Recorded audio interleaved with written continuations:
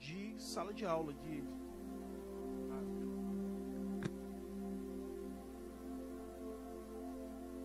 ensinamentos que são ensinados no seminário de teologia. Muitos dos ensinamentos, principalmente dos contextos históricos, são coisas que nós geralmente, comumente, não vemos na igreja. Nós tivemos a oportunidade e o privilégio de estudar e aprender. Hoje nós vamos falar sobre o reino milenar, o reino de Cristo. Vamos ler a palavra de Deus, Apocalipse 20, nós vamos ler do 1 ao 10. E vi descer do céu um anjo que tinha a chave do abismo e uma grande cadeia na sua mão. Ele prendeu o dragão, a antiga serpente, que é o diabo e Satanás, e amarrou por 1000 anos. E lançou no abismo, e ali o encerrou e pôs selo sobre ele, para que não mais engane as nações, até que os 1000 anos se acabem. E depois disso importa que seja solto por um pouco de tempo. E vi tronos, e assentaram-se sobre eles, e foi-lhes dado o poder de julgar. E vi as almas daqueles que foram degolados pelo testemunho de Jesus e pela palavra de Deus, e que não adoraram a besta nem a sua imagem, e não receberam o sinal em suas testas, nem em suas mãos, e viveram e reinaram com Cristo durante 1000 anos. 5. Mas os outros mortos não reviveram, até que os 1000 anos se acabaram. Esta é a primeira ressurreição. Bem-aventurado e santo aquele que tem parte na primeira ressurreição. Sobre estes não tem poder a segunda morte, mas serão sacerdotes de Deus e de Cristo, e reinarão com ele 1000 anos. E acabando-se os 1000 anos, Satanás será solto da sua prisão, e sairá a enganar as nações que estão sobre os 4 cantos da terra, Gog e Magog, cujo número é como a areia do mar, para as ajuntar em batalha. E subiram sobre a largura da terra, e cercaram o arraial dos santos e a cidade amada, e de Deus desceu fogo do céu e os devorou. E o último verso, o 10, e o diabo que os enganava, foi lançado no lago de fogo e enxofre, onde estão a besta e o falso profeta, e de dia e de noite serão atormentados para todo o sempre. Amém. Pode sentar-se, queridos. Nós já oramos, já falamos com Deus. Falar sobre o governo de Cristo, o reino de Cristo, o reino milenar. Esse texto fala com muitos detalhes a respeito do reino de Deus que será implantado e materializado fisicamente na terra. Nós já falamos aqui sobre o arrebatamento da igreja, já vimos o governo do anticristo, já falamos sobre os selos do Apocalipse, as trombetas do Apocalipse, as taças da ira de Deus, já vimos a parousia, que é a aparição de Cristo nas nuvens dos céus, a batalha do Armagedon, falamos sobre as bodas do Cordeiro, o que vai acontecer com a igreja na eternidade, enquanto o mundo estará sofrendo o governo do anticristo e a tribulação. E agora precisamos entender nessa cronologia que quando Cristo vem com a sua igreja, a igreja de Cristo estará nas bodas, na festa, no céu. Corpo glorificado, corpo transformado, a igreja mais os santos ressuscitados do Antigo Testamento, o mundo passando pelos juízos de Deus. No final dos 7 anos de tribulação, o anticristo reúne os povos para exterminar Israel, e agora Cristo vem com a sua igreja. Nós vimos isso em Apocalipse 19, com os santos, para exterminar o anticristo, para estabelecer agora o seu reino. Acontece um extermínio né, um extermínio, não podemos nem chamar de batalha, mas acontece um extermínio. O falso profeta e o anticristo são lançados no lago de fogo, e agora Cristo estabelece fisicamente o seu reino na terra. O seu reino na terra. E eu queria começar esse estudo explicando que o propósito de Deus sempre foi estabelecer o seu reino. Desde o início de tudo, sempre foi estabelecer o seu reino. Quando nós lemos a palavra reino, veja bem, a palavra reino, e ela aparece muitas vezes, centenas de vezes, principalmente no Novo Testamento. Essa palavra reino, ela é uma palavra grega que significa basileia. Basileia. E basileia, que é traduzida por reino, está mais relacionado a governo do que propriamente a um povo. Porque pensa aí, quando você pensa assim, reino, né, o rei de um reino, você já pensa no quê? Reino como um povo, um país, uma nação. Mas basileia, que é traduzido por reino, quando se refere ao reino de Deus, está relacionado a governo. Quando Jesus ora o Pai Nosso e fala, venha o teu reino, ele está dizendo, venha o teu governo, venha o teu domínio, o teu reinado sobre nós. O propósito de Deus em estabelecer o seu reino, o seu governo na terra, começou com Adão. O propósito era que Deus governasse a terra por um representante, que era Adão. É por isso que ele fala, façamos o homem, Gênesis 1, 26, 27, 28. Façamos o homem a nossa imagem, conforme a nossa semelhança. E fez o Senhor Deus o homem à sua imagem, conforme a sua semelhança. Macho e fêmea os criou.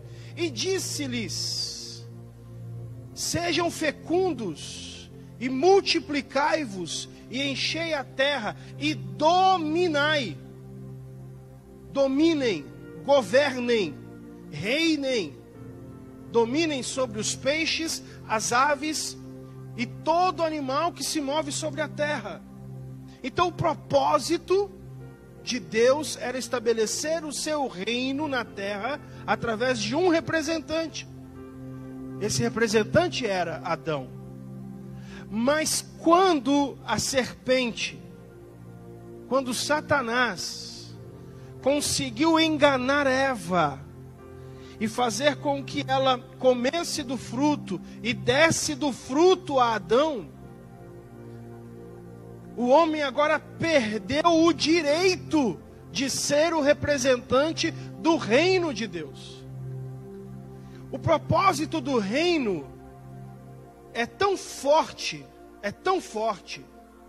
desde o início, que em Mateus capítulo 25, verso 34, na parábola dos bodes e das ovelhas, Jesus fala assim, ó, então dirá o rei,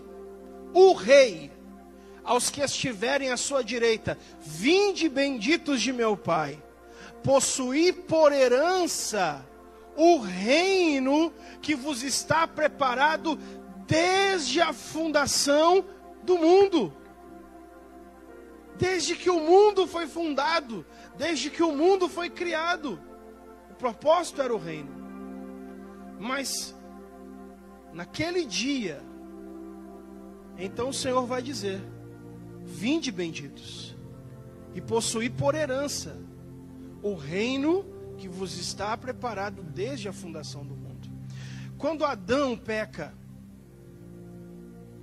um outro rei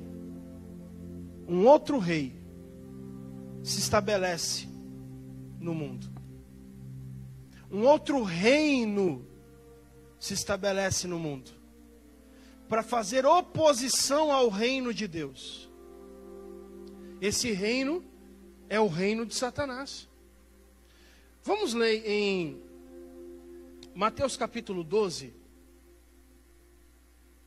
Mateus 12, verso 28.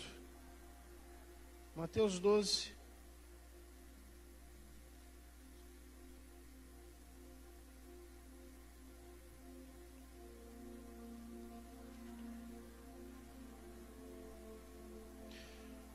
Ó, vamos ler a partir do 22. 22. Trouxeram-lhe então um endemoniado, cego e mudo. De tal modo o curou, que o cego e mudo falava e via. E toda a multidão se admirava e dizia: não é este o filho de Davi?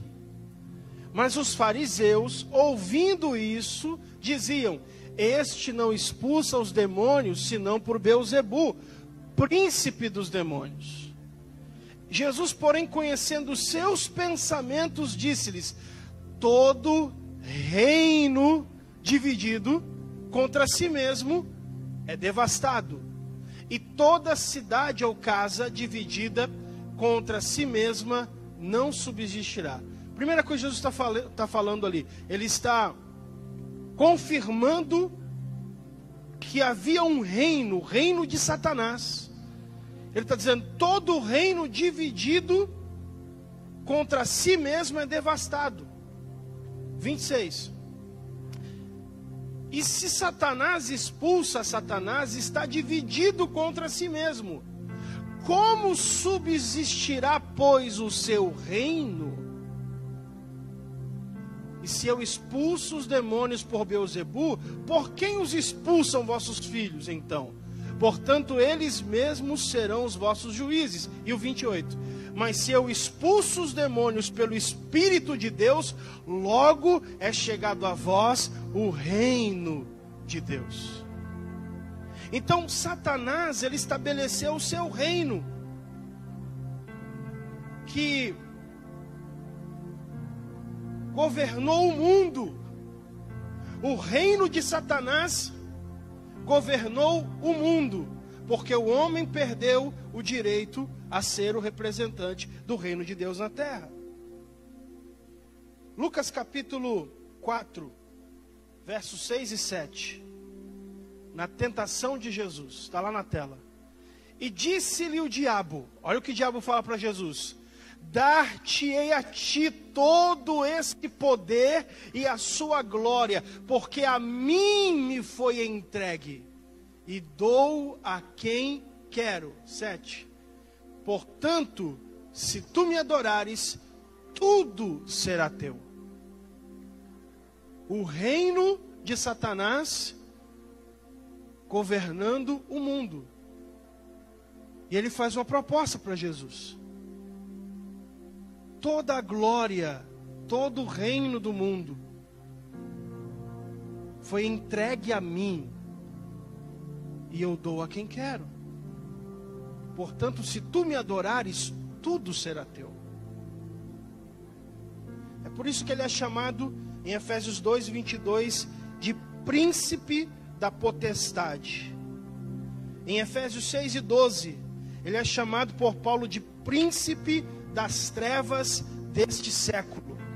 Não temos que lutar contra a carne e o sangue, mas sim contra os principados, potestades, contra os príncipes das trevas deste século.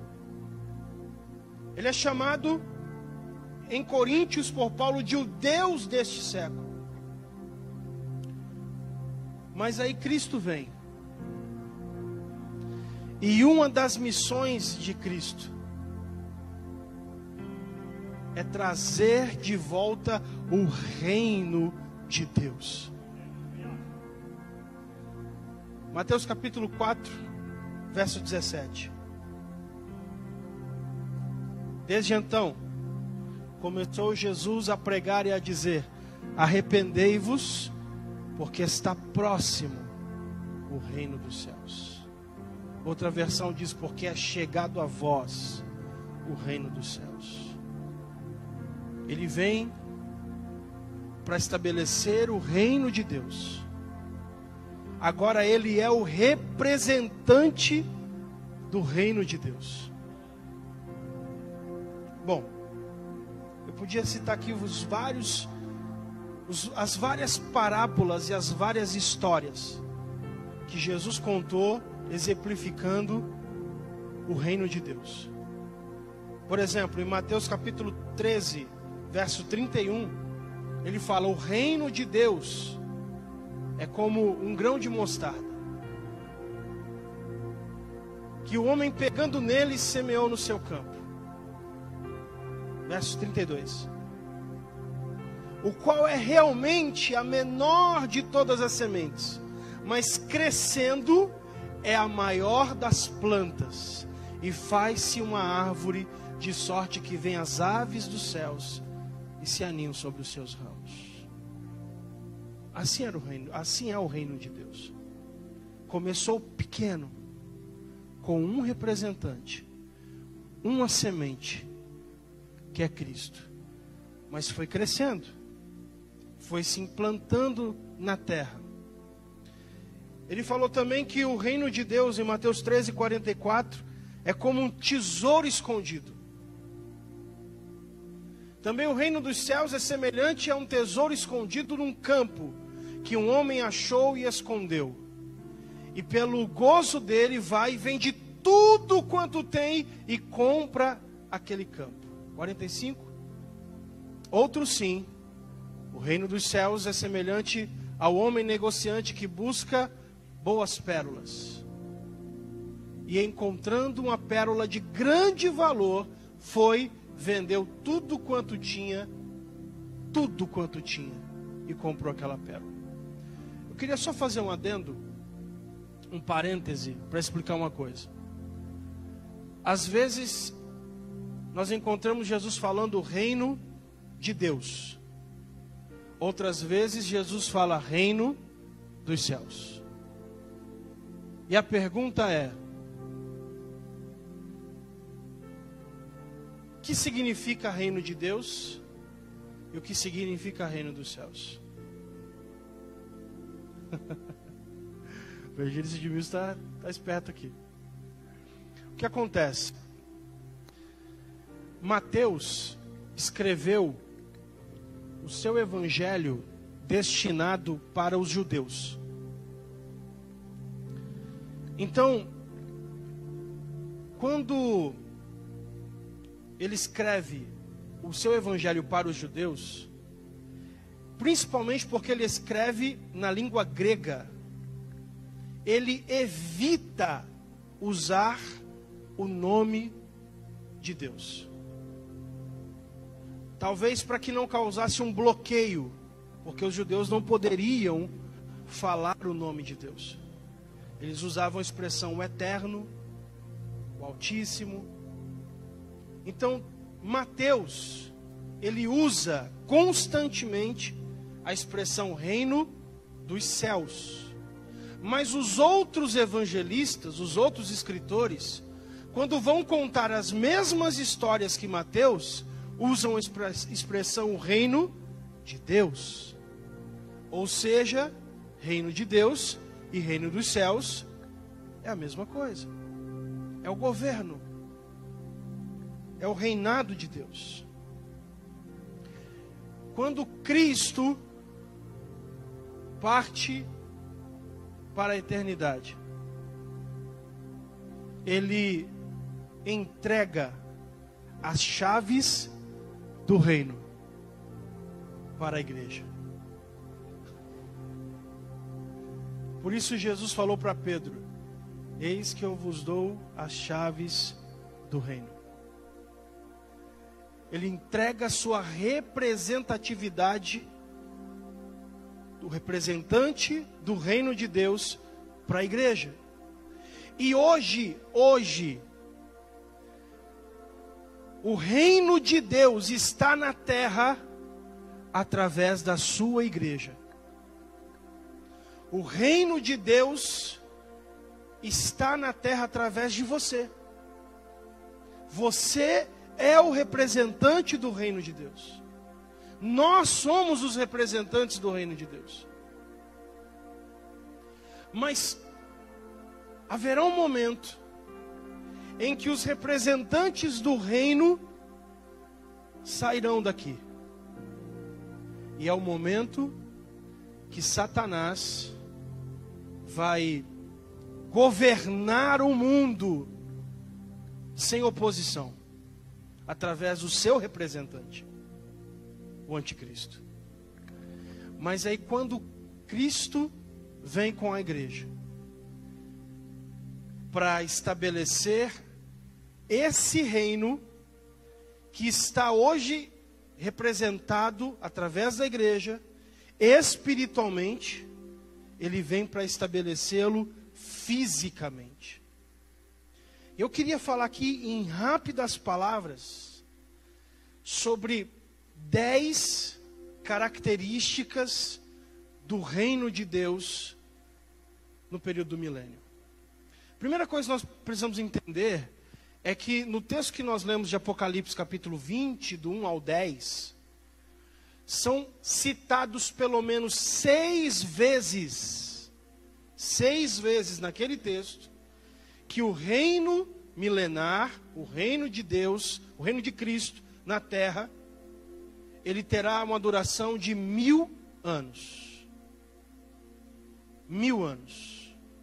E como nós entendemos as profecias escatológicas como literais e não simbólicas, entendemos que o fato do reino de Cristo na terra ser citado 6 vezes com a duração de 1000 anos, é que durará literalmente 1000 anos. Por isso é chamado, por isso o governo, o reino de Deus físico na terra é chamado de milênio. Milênio. 1000 anos. E reinaram 24 de Apocalipse. Capítulo 20, verso 4. E vi tronos e assentaram-se sobre eles, e foi-lhes dado o poder de julgar. Veja bem, tronos. João está falando, eu vi tronos. Ele está narrando uma sequência cronológica de fatos. Ele está dizendo, ele veio com seus santos, ele fez um extermínio, matou o pessoal que estava aqui, que fez guerra a Israel. E ele está falando, e agora eu vi tronos. E assentaram-se sobre eles, os tronos, e foi-lhes dado o poder de julgar. A igreja, no seu corpo incorruptível, glorificado, terá um papel de liderança no período do milênio. Aqueles que vão ocupar os tronos e que vão julgar, fazer julgamentos, tomar decisões, são líderes escolhidos dentre a igreja arrebatada. Foi dado a eles o poder de julgar. E vi também, agora ele está falando de um outro pessoal, e vi as almas daqueles que foram degolados, aqueles que fizeram a resistência ao anticristo, aqueles que não aceitaram a marca do anticristo no período da tribulação, que morreram. Agora eles serão ressuscitados no final da tribulação, ressuscitados para viver no milênio. Ele fala, e vi as almas daqueles que foram degolados pelo testemunho de Jesus e pela palavra de Deus, e que não adoraram a besta, nem a sua imagem, e não receberam o sinal em suas testas, nem em suas mãos, e viveram e reinaram também com Cristo durante 1000 anos. Então nós teremos aqui a igreja, os mártires da tribulação, E sobrou um pessoal que Jesus veio para defender. Quem foi?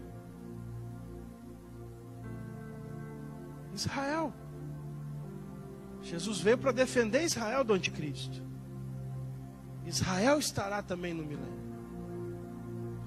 Agora, tem uma questão interessante.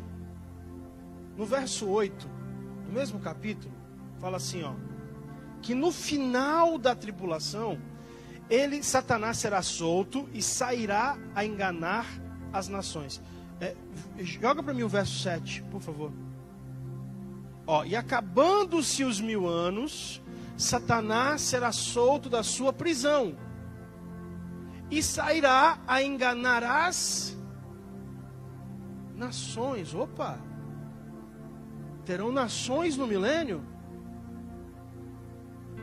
Países estarão no milênio? Veja bem, é importante entendermos, não a igreja que desceu com o corpo glorificado, mas aqueles que sobreviveram à tribulação e que agora estão no milênio, terão um corpo normal. Eles gerarão filhos. Os filhos vão nascer no período do milênio. Eles terão uma atividade normal, uma vida normal. Gerarão filhos, constituirão famílias, os filhos crescerão, se casarão, ou seja, a população vai crescer. E haverá uma divisão de nações. E sairá para enganar as nações que estão sobre os 4 cantos da terra. Gog e Magog, cujo número é como areia do mar, para as ajuntar em batalha. São 2 para as 9. 15, 10 minutos. Vamos lá. Eu falei que tinha 10 características, né? Primeiro, Isaías 2:4. Primeira característica do milênio.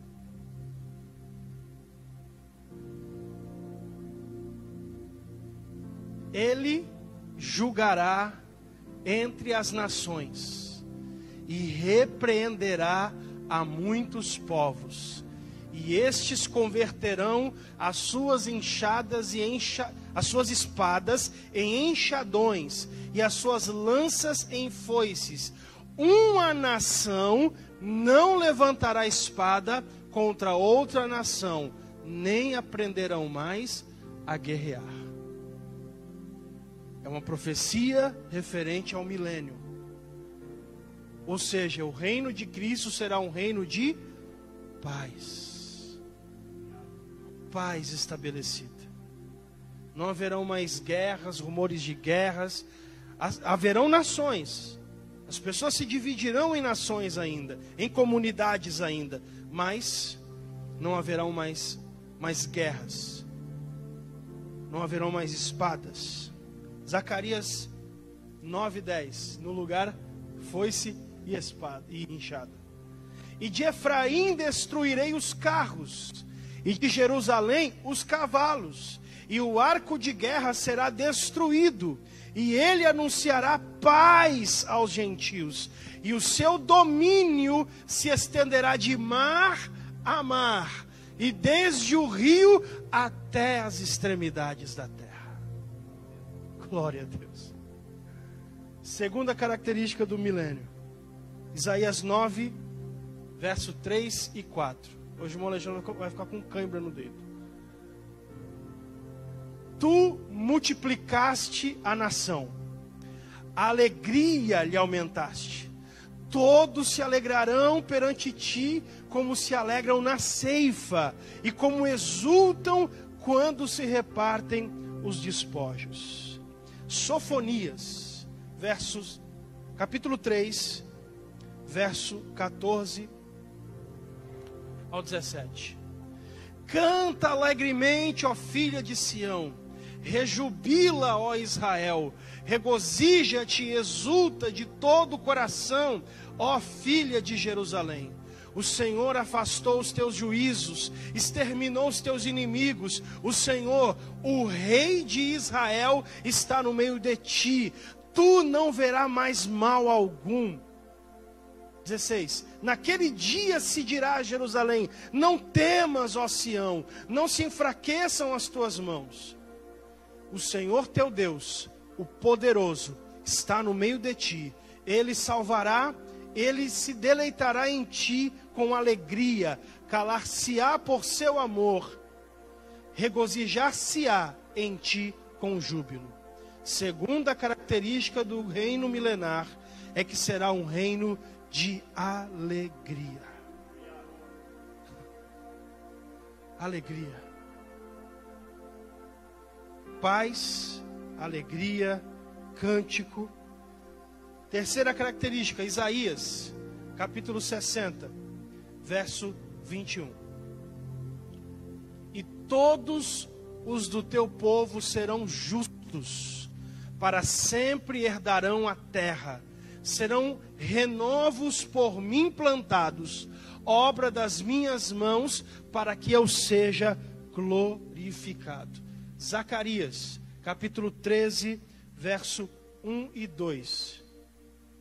Naquele dia haverá uma fonte aberta para a casa de Davi e para os habitantes de Jerusalém, para a purificação do pecado e da imundícia. E acontecerá naquele dia, diz o Senhor dos Exércitos, que tirarei da terra os nomes dos ídolos, e deles não haverá mais memória. E também farei sair da terra os profetas e o espírito da impureza. O reino de Cristo será um reino de santidade. Um reino de santidade. Quarta característica, Isaías 41, verso 19 e 20. Plantarei no deserto o cedro, a acácia e a murta, e a oliveira, porei no ermo juntamente a faia, o pinheiro e o álamo, para que todos vejam e saibam e considerem e juntamente entendam que a mão do Senhor fez isso e o Santo de Israel o criou. O reino de Cristo, o reino milenar de Cristo, será um reino de pleno conhecimento. Conhecimento pleno. As pessoas entenderão tudo o que estará acontecendo nesse governo, no seu reino, no reino de Cristo. Quinta característica, Isaías 33, verso 24. Isaías 33, 24. E morador nenhum dirá: enfermo estou, porque o povo que habitar nela será absolvido da iniquidade. Apocalipse 22 e 2. 22 e 1. 22 e 1. E mostrou-me o rio puro da água da vida, claro como cristal, que procedia do trono de Deus e do Cordeiro. Verso 2.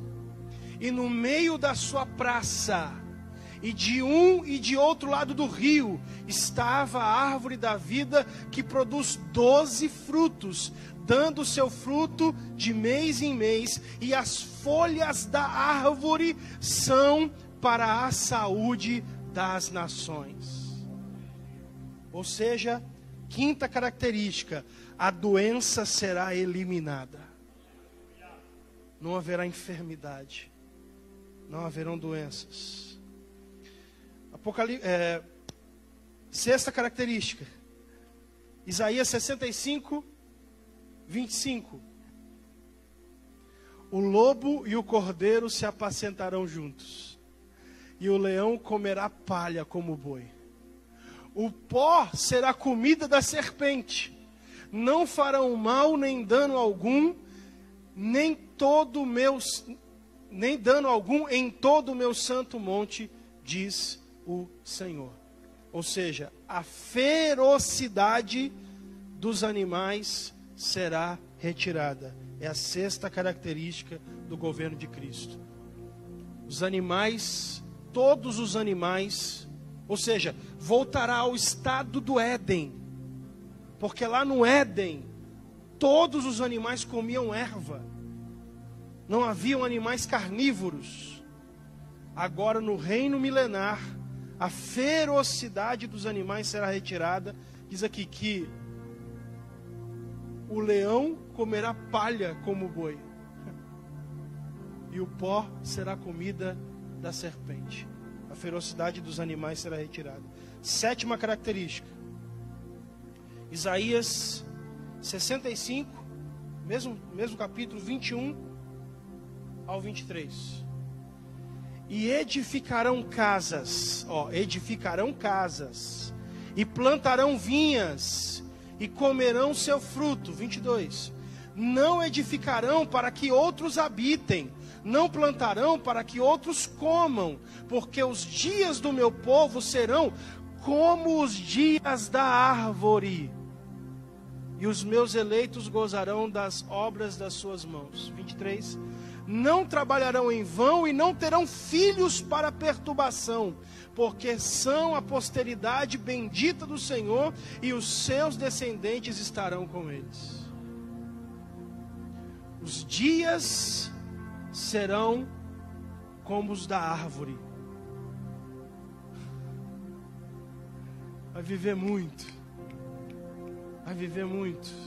Nesse período do milênio, como não haverão mais doenças, como será um reino, o reino de Cristo será semelhante ao Éden, as pessoas viverão muito tempo, muitos anos. O mesmo capítulo, alguns versículos antes, fala que o velho, aliás, o jovem morrerá de 100 dias, de 100 anos, perdão. O jovem morrerá de 100 anos. O jovem morrerá de 100 anos.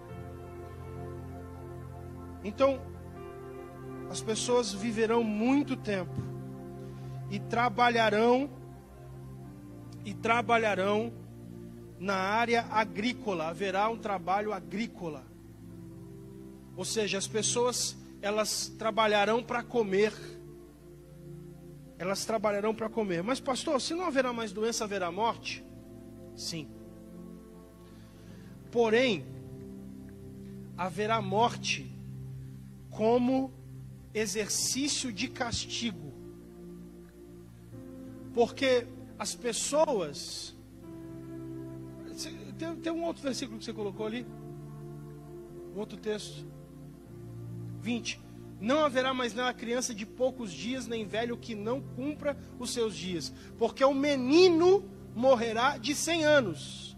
Porém, o pecador de 100 anos será amaldiçoado. Ainda haverá morte no período do milênio. Mas a morte será exercida como castigo e juízo. Porque não será aceito rebeldia. Ou seja, haverá, por isso que fala, porém o pecador de 100 anos será amaldiçoado. As pessoas ainda morrerão, mas como fruto de castigo de Deus. 8. Vamos caminhar para o final. Sofonias 3:9. Sofonias 3:9. Oitava característica do reino de Cristo. Porque então darei uma linguagem pura aos povos, para que todos invoquem o nome do Senhor, para que o sirvam com o mesmo consenso. Ou seja, a oitava característica, uma língua única. Apesar de haverem nações, apesar de haverem divisões de comunidade, todos falarão uma mesma língua. Todos se entenderão. E fala, para que sirvam ao Senhor com o mesmo consenso. Nona característica, Zacarias 14, verso 16. Zacarias 14, 16. E acontecerá que todos os que restarem de todas as nações que vieram contra Jerusalém subirão de ano em ano para adorar o Rei, o Senhor dos Exércitos, e para celebrarem a festa dos tabernáculos. As pessoas morarão na terra, em lugares diferentes, espalhados pela terra, porém, uma vez ao ano, de ano em ano, subirão a Jerusalém, subirão ao templo de Jerusalém, para adorarem o Senhor. Última característica, Ezequiel 11, 19 e 20. E lhes darei um só coração, e um espírito novo porei dentro deles. Tirarei da sua carne o coração de pedra, lhes darei um coração de carne. 20. Para que andem nos meus estatutos, e guardem os meus juízos, e os cumpram, e eles me serão por povo, e eu lhes serei por Deus. Haverá, no período do milênio, a plenitude do Espírito Santo. A plenitude do Espírito Santo haverá nesse período. Eu queria fazer só um adendo, mas 2 minutinhos eu já encerro. 2 minutos. 21 e 13, 21 e 15 eu encerro. Apocalipse capítulo 21, verso 23. Fala assim: e a cidade não necessita de sol nem de lua para que nela resplandeçam, porque a glória de Deus a tem iluminado, e o Cordeiro é a sua lâmpada. 24. E as nações dos salvos andarão à sua luz, e os reis da terra trarão para ela a sua glória e honra. Olha só. Aqui, João está falando da Nova Jerusalém. João está, no capítulo 21, João está descrevendo, que é na verdade, o que nós vamos falar na terça que vem, que é a última terça, nós vamos falar da Nova Jerusalém. Mas João está descrevendo, ele fala com riqueza de detalhes como era essa cidade, a Nova Jerusalém. E ele fala um detalhe interessante, ele fala assim: essa cidade, a Nova Jerusalém, não necessita de sol, nem de lua, para que resplandeçam nela, porque a glória de Deus a tem iluminado, e o Cordeiro é a sua lâmpada, e as nações andarão à sua luz. Veja bem, na eternidade, quando terminar o governo milenar de Cristo, não há divisão de nações. Há um único povo. Há um único povo. É o povo salvo de Deus, que estará na eternidade. Então, quando se refere a nações, e as nações andarão à sua luz, está se referindo ao milênio. As nações andarão à luz de quem? Da Nova Jerusalém.